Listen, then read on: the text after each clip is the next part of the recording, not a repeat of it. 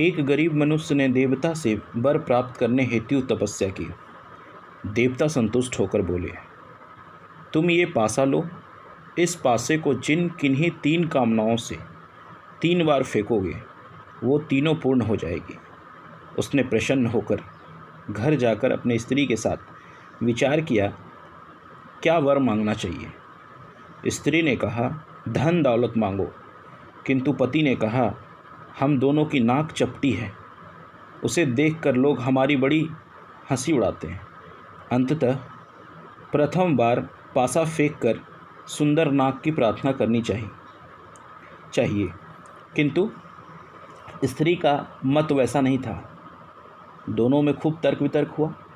अंत में पति ने क्रोध में आकर यह कहकर पासा फेंक दिया कि हमें सुंदर नाक मिले, सुंदर नाक मिले, सुंदर नाक मिले। आश्चर्य, जैसे ही उसने पासा फेंका वैसे ही उसके शरीर में 3 सुंदर नाकें उत्पन्न हो गई। तब उसने महसूस किया यह तो विपत्ति आ पड़ी। फिर उसने दूसरी बार पासा फेंका और कहा कि नाकें चली जाए। इस बार सभी नाकें चली गई, उनकी अपनी नाक भी चली गई। अब शेष रहा एक वर।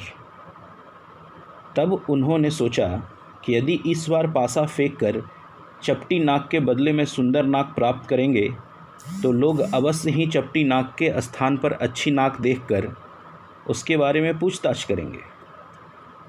फिर तो हमें सभी बातों को बतानी पड़ेगी।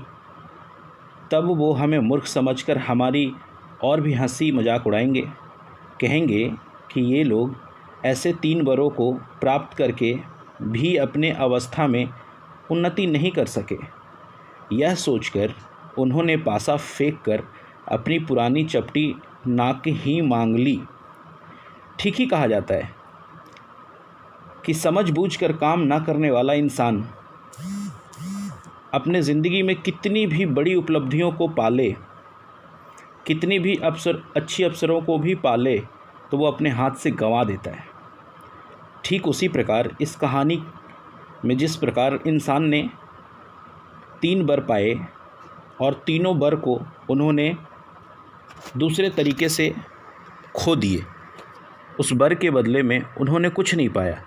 इस कहानी के माध्यम से मैं समझाना ये चाहता हूँ कि आज इंसान इतना स्वार्थी हो गया है, इतना स्वार्थी हो गया कि अपने ज़िंदगी में वो मिली हुई चीज़ें भी जिससे कि उसके लाइफ में बहुत अच्छा हो सकता है, बेहतर हो सकता है, लेकिन कोशिश और सही तरीके से प्रयोग ना करने की वजह से जो उसके पास रहता है वो भी खो देता है। आज की इस कहानी में सिर्फ इतना ही। शुक्रिया।